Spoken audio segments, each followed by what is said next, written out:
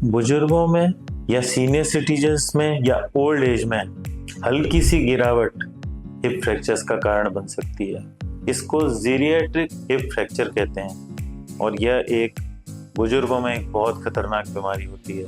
इसका मुख्यतः कारण ऑस्टियोपोरोसिस होता है और आमतौर पर यह 60 से 65 साल की उम्र के ज़्यादा वाले लोगों में देखी जाती है और यह एक बहुत कॉमन बीमारी है, स्पेशली ज़्यादा एज के लोगों में। यूजुअली क्या होता है कि उनमें शक्ति की कमी होती है, नॉर्मल एक्सरसाइज नहीं कर पाते हैं, तो उनमें गिरने की जो टेंडेंसी है वो बढ़ जाती है। कोई भी कारण जैसे बैलेंस की कमी होना, कोई ना कोई न्यूरोलॉजिकल डिजीज होना, कुछ लोग सीवियर डायबिटीज से जूझ रहे होते हैं, उनमें एकदम से शुगर की कमी हो जाना, बैलेंस की कमी की वजह से बैलेंस बिगड़ना और गिर जाना, ये चीज़ें, ऑस्टियोपोरोसिस होना, इन चीज़ों की वजह से प्रायः इनमें गिरने का खतरा बना रहता है। और चूँकि ऑस्टियोपोरोसिस साथ में होता है, ये जरा सा गिरने से इनकी कूल्हे की हड्डी टूट जाती है। तो कैसे सस्पिशन होता है कि हमें हिप फ्रैक्चर हो चुका है? उनके कूल्हे में या हिप जॉइंट में बहुत तेज दर्द होता है, खड़े नहीं हो पाना, पैर को हिला नहीं पाना, पैर का बाहर की तरफ घूम जाना और ध्यान से देखने पर वो पैर जिसमें फ्रैक्चर हुआ है, जिसके कूल्हे में, उसका आमतौर पे दूसरे पैर से छोटा हो जाना, क्योंकि वो हड्डी अपनी जगह से हट जाती है। यह इसके मुख्य लक्षण हैं।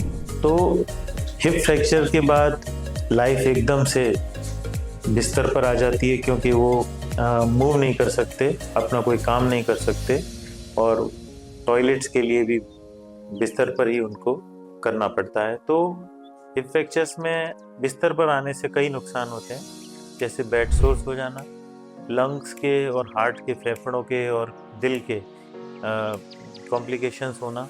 बेड सोर हमने बता ही दिया, ब्लड क्लॉट्स का होना, इसलिए अर्ली सर्जरी इसमें बहुत एडवाइजेबल होती है। ज़्यादातर ऑपरेशन रिक्वायर्ड होता ही है और उस ऑपरेशन को सही समय पर कराने से बहुत अच्छी रिकवरी होती है।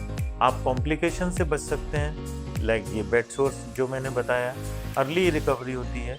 आजकल सर्जरी इतनी एडवांस हो गई है कि हिप फ्रैक्चर्स की सर्जरी के तुरंत बाद हाथ पैर को हिलाना, बिस्तर पे बैठना, अपनी पोजीशन चेंज करना, करवट लेना, पैर लटका कर बैठना और यहाँ तक चलना भी बहुत जल्दी शुरू हो जाता है, जिसकी वजह से दूसरे कॉम्प्लिकेशंस को बचाया जा सकता है। सबसे ज़्यादा जो इम्पोर्टेंट चीज़ है जो हिप फ्रैक्चर्स में, जीरियाट्रिक हिप फ्रैक्चर्स में जो ध्यान हम रख सकते हैं, वो ये है कि सबसे पहले तो फॉल प्रिवेंशन होना चाहिए। मतलब गिरने की जो भी संभावना है उसको आप कम करें। जैसे जहाँ भी गिरने की जगह चिकना फर्श है, सपोज गीला फर्श है, उस जगह एंटी स्लिप मैट्स लगवाएं। प्रॉपर घर के एरियाज़ में, बाथरूम में जो गीला रहता है उसमें ध्यान रखें। एक छोटी छोटी रेलिंग्स होती हैं जो बाथरूम की दीवार पे हैंडल्स और रेलिंग लगाएं, कि अगर मान लो पैर फिसलता है तो उसको हम पकड़ सकते हैं और गिरने से बच सकते हैं। उसके अलावा एक ऐसे एरियाज़ में जहाँ ज़्यादा काम रहता है वहाँ लाइटिंग अच्छी रखें, जिससे उनकी विजिबिलिटी, उनको देखने में परेशानी ना हो और कंफ्यूजन ना हो और गिरने का जो रिस्क है वो कम हो। जिनको दिमागी परेशानी है या बैलेंस की प्रॉब्लम है, वो किसी सपोर्ट का सहारा लें, जैसे कि एक स्टिक ले सकते हैं या वॉकर ले सकते हैं, और जिससे उनको सपोर्ट रहेगा और बैलेंस बना रहेगा। कुछ ऐसी एक्सरसाइजेज नियमित रूप से करें, योगा या बैलेंस ट्रेनिंग एक्सरसाइजेज, जिससे उनकी गिरने की जो प्रवृत्ति है वो कम हो। डायबिटीज़ वाले पेशेंट्स अपनी शुगर को नियंत्रित रखें, क्योंकि कई बार शुगर कम होने से हाइपोग्लाइसीमिया की वजह से चक्कर आ सकता है और वो गिर सकते हैं। ऐसी दवाइयाँ जैसे नींद की दवाइयाँ या जैसे स्ट्रोक हो गया या कोई डिप्रेशन हो गया, इन दवाइयों की अधिक मात्रा ना लें।